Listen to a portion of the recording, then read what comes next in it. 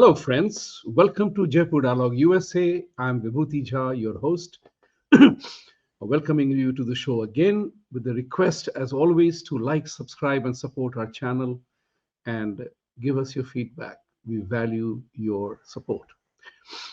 Today, wanted to make an open appeal to Mr. Donald Trump.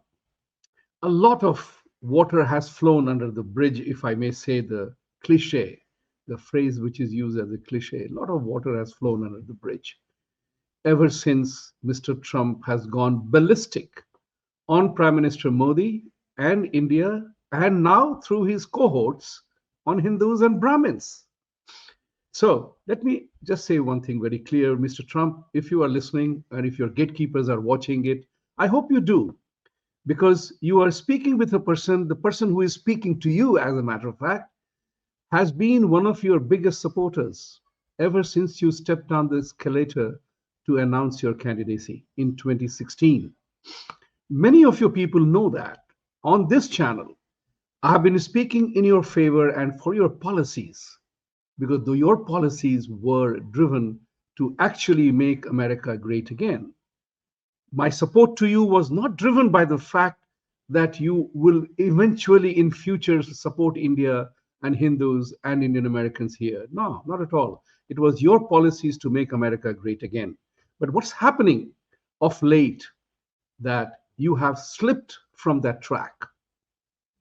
You have slipped from the track primarily because some of your thoughts and your selfishness has actually injected a lot of negativity about you. The negativity stems from the fact that the attacks that have happened on India, Prime Minister Modi, which is obviously looking like your desperate attempt to change Prime Minister Modi's as the Prime Minister of India. And you want somebody compliant, submissive, who will toe your line and submitting India's sovereignty and integrity and pride into the dust. Maybe Rahul Gandhi is your new support, new candidate for that purpose.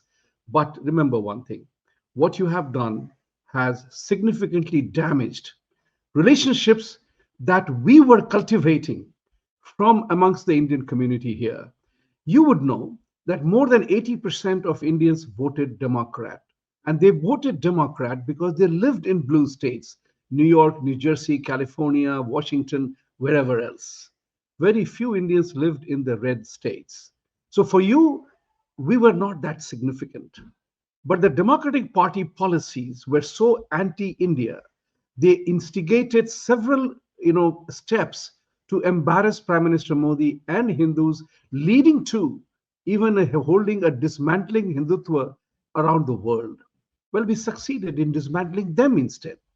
My point of the matter is very simple.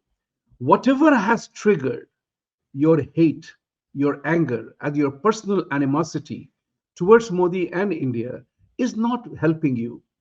None of the Indians here were enamored by your support to India. Remember Howdy Modi, how Namaste America, Namaste Trump happened, all those things happened. And Prime Minister Modi paid a personal price by supporting you and saying, Ab ki baar Trump Sarkar. You remember that. He paid a price because I'm a witness to a conversation in which Democrats told that we will teach Modi a lesson for his open support to Trump. That said, obviously, you are a man driven by transactions. Relationships do not matter to you. Relationships are different than transactions. You have, a past in which the ladies you loved and married, with whom you have some outstanding children, you left them, you ditched them, you divorced them for reasons best known to you. And there's nothing to say. But this is important to understand you as a person. Musk and Modi, you treated them like that.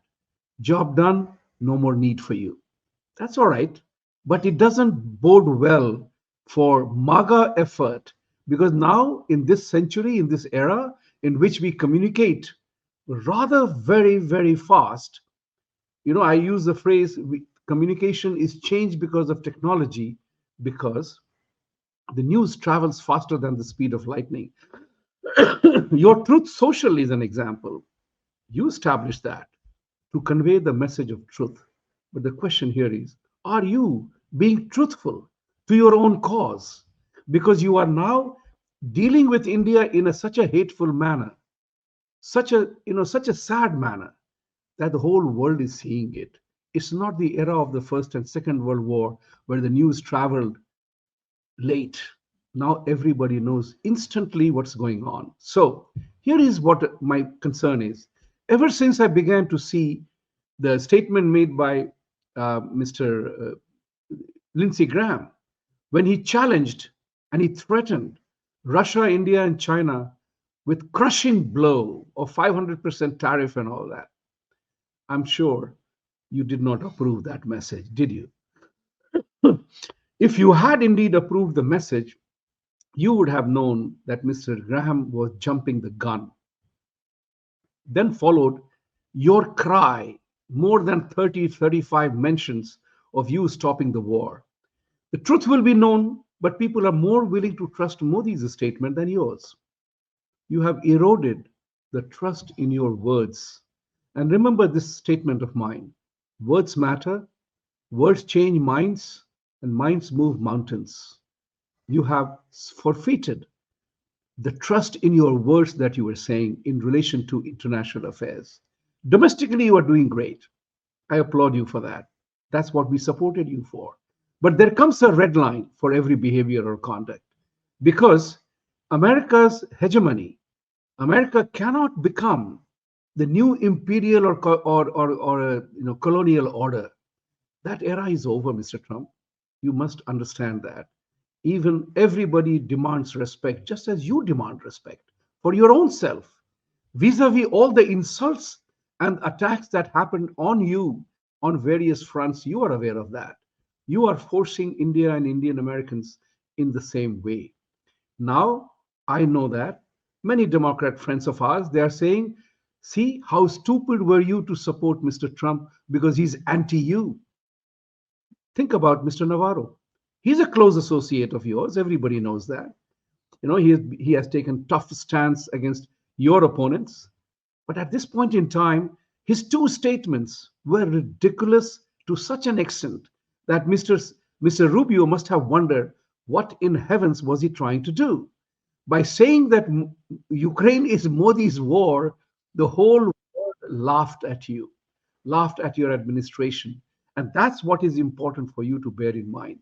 Then there was Secretary Treasury, Mr. Besant, who ridiculed India in every sense possible. And Commerce Secretary said, we will teach India a lesson they haven't seen yet. Now, I'm reminded of my favorite movie, Back to the Future. Remember, Biff was a character who had four, spoon-fed guys running around him. You know, all these four gentlemen, and I'm sure they have noble intentions. They make you look like Biff of Back to the Future, Mr. Trump. Trust me. My advice to you, my appeal to you is do the course correction.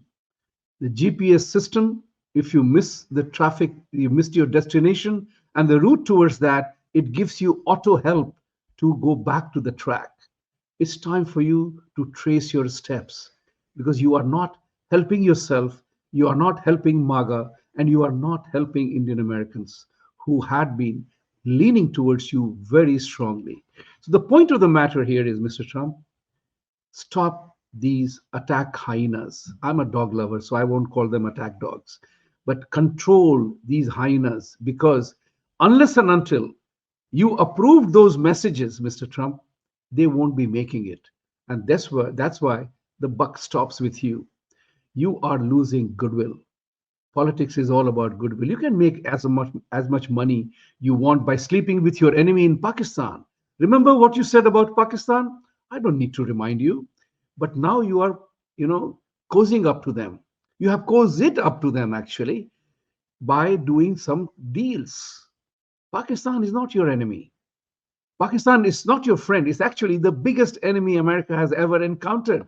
They may be doing your dirty jobs, maybe doing America's dirty jobs, but they are the real snake. And for once, I agree with Hillary Clinton when she told Pakistanis in Pakistan that if you keep snakes in your backyard, Guess what is going to happen? Now, when you are inviting the snake in your backyard, guess what is going to happen? Now, there comes the second part of it. When America embraces a country's enemies, you lose the authority. I'm not going to moral and ethical part because politics has no connection with morality and ethics. Politics is about real politic, what you get, you to get what you want. So in that context, I would say that you have to correct your steps quickly. If you don't, America will suffer in the future, and all that blame will be attributed at your door. So when you are sleeping with the enemy in Pakistan, you lose your political authority and political pizzazz to direct India or any country for that matter who they are going to be friends with. And that's what is important. I'm not even going into the morality part, which I said earlier again.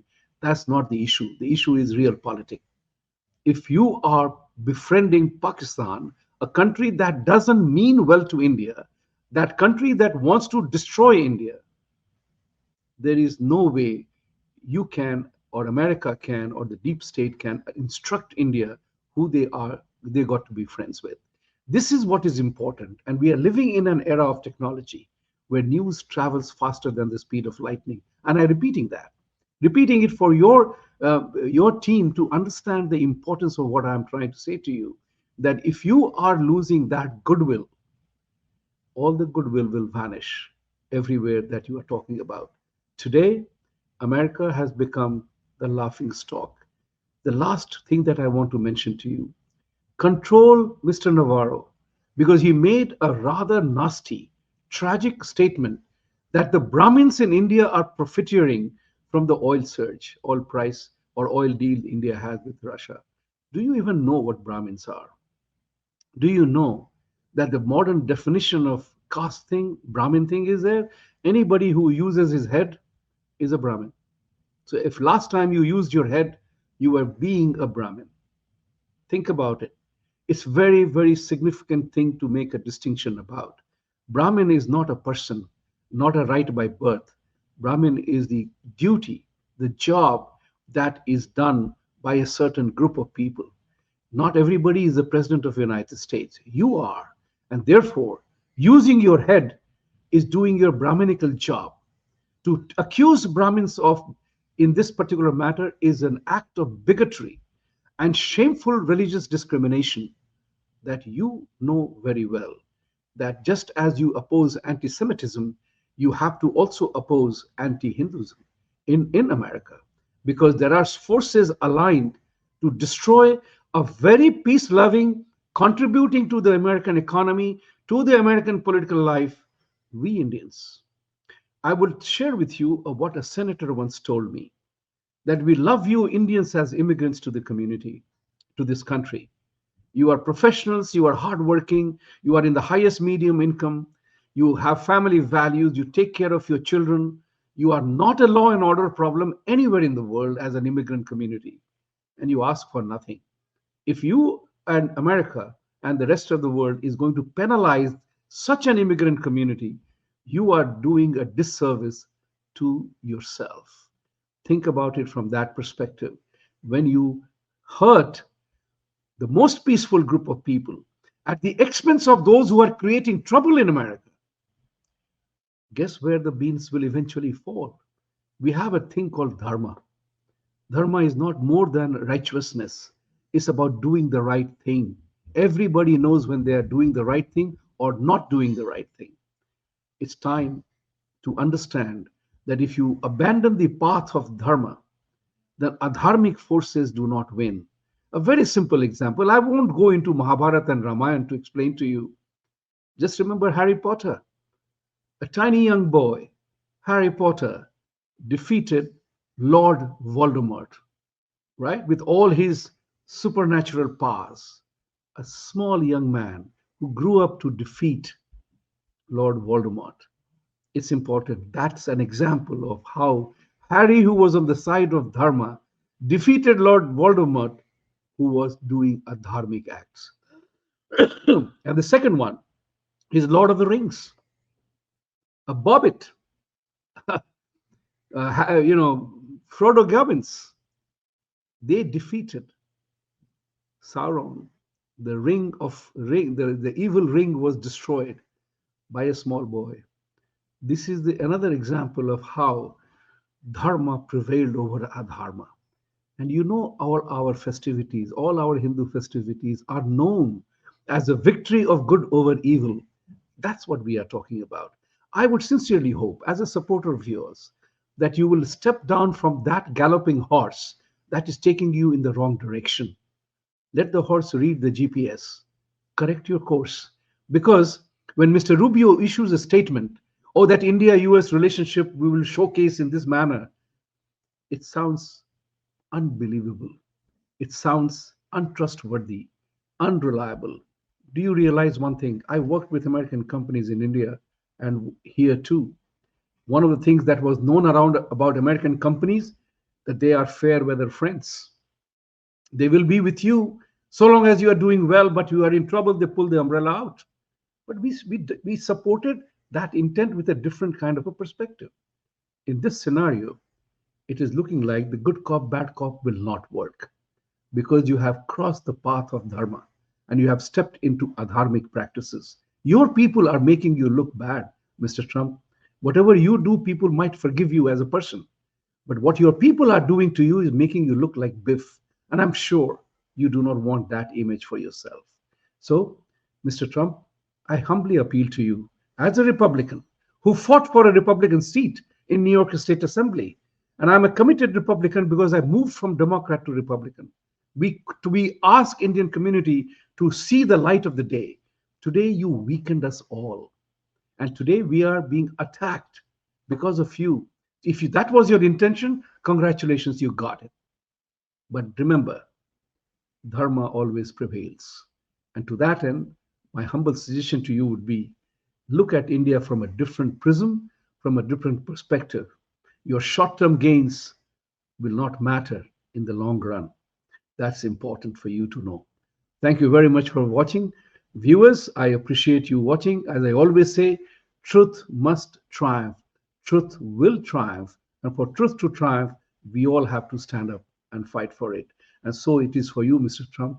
If you're fighting for truth, if you're fighting for truth social, which your handle is, and I'm a subscriber to that, I don't use it very frequently.